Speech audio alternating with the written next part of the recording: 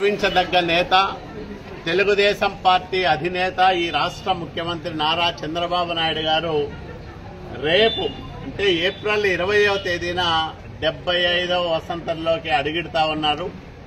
ఒక మనిషి 75 సంవత్సరాల వయసులో సహజంగా పిల్లలపైన ఆధారపడి బతుకుతా ఉంటారు.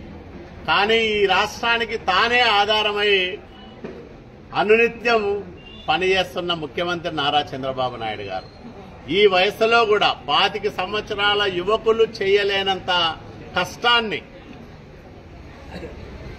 దాదాపు 16 నుంచి 18 గంటల పాటు శ్రమించి ఈ రాష్ట్ర సర్వతోముఖాభివృద్ధి కోసం అహరహము శ్రమిస్తున్న నాయకుడు, నిత్య శ్రామికుడు నారా చంద్రబాబు నాయుడు గారు.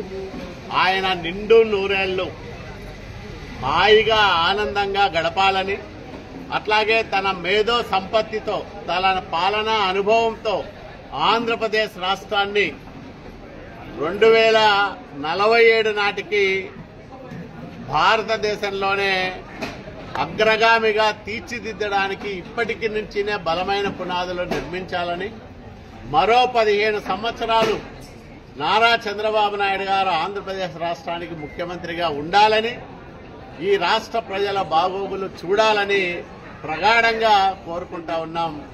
ఆయన నాయకత్వంలో పనిచేస్తున్నందుకు అనుక్షణం మేమందరం కూడా గర్వపడతా ఉంటాం.